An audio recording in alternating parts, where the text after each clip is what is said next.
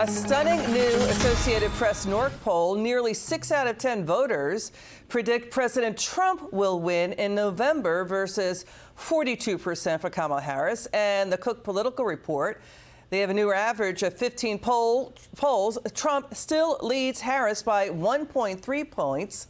That's similar to the Hill and Decision Desk, which shows Trump leading Harris by 1.2 points.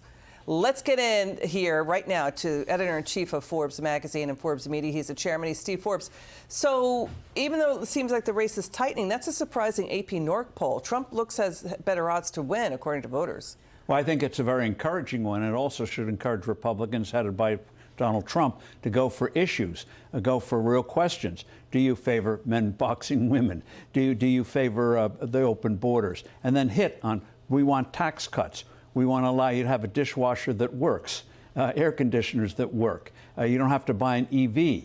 So we're going to make your life better. They want to make it worse. And so I think that's what the Republicans should hit on, a Reagan-esque, positive Reagan-esque message, and national security. One thing this administration doesn't want you to understand is the disastrous state of our military readiness today and ability to make weapons because of what Biden has done and what Barack Obama did before him. Yeah, so on all fronts you're talking about a strong America and prosperous America. So stocks are really taking hits today. There's fears of recession. The ADP job growth report came out, just 122,000 jobs. I think that's the lowest in like 6 months. There's fears of stagflation. We know that Americans are falling behind in their wage growth. I think real wages hourly after inflation is down like more than 2%. But what are the chances Kamala Harris could have survived, you know, a real 18-month run for the White House? I mean, when her 2024 race and 2020 race rapidly fell apart. So that was after multiple interviews, debates, but now she's only doing staged, managed, teleprompted events. She's avoiding the press, pretty much doing what Biden did, hiding, doing no pressers, no press conferences for for the next 100 days. I mean, this is the Biden approach. I mean, do you think voters are going to see this? Because she's also not bringing up Bidenomics. She's not mentioning Biden in her campaign speeches or ads, and she's not talking anything about inflation. No, because those are real issues, the issue of inflation. What I think they're going to do, what we have to do, get the Democrats to have their convention out of the way and then start hitting them hard. Don't even wait till Labor Day. These are the issues, and hit that. Is she going to participate in 2 or 3 real debates? Is she going to participate in real forums where questions are asked? That's an open thing. Okay. Let's get your reaction to President Trump speaking about what he would do to fix the economy. And then you're going to hear Kamala Harris when she was asked what she's going to do to stop inflation. This is a couple of years ago when inflation was really rocketing higher. You're going to hear kind of a non-answer from Kamala Harris. So watch this. Let's get your reaction.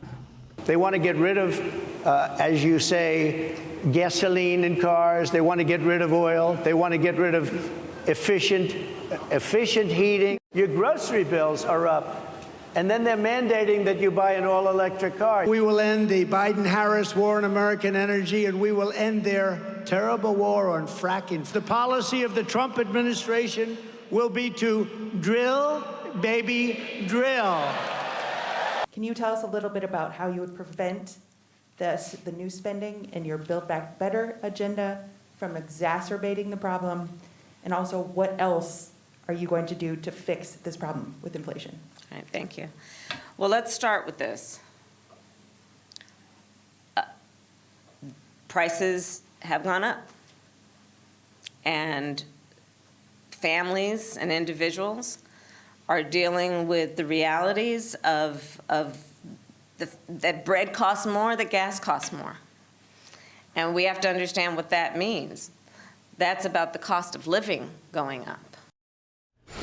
What, do you need a Venn diagram for that? I mean, she was looking down at her notes and stating the obvious still. What do you think, Steve? Well, she had no answer. That's the bottom line. She doesn't know what to do about the Fed. She can't come out against spending. She can't come out in favor of tax cuts, which will reduce the cost of living. So that's why we want those debates.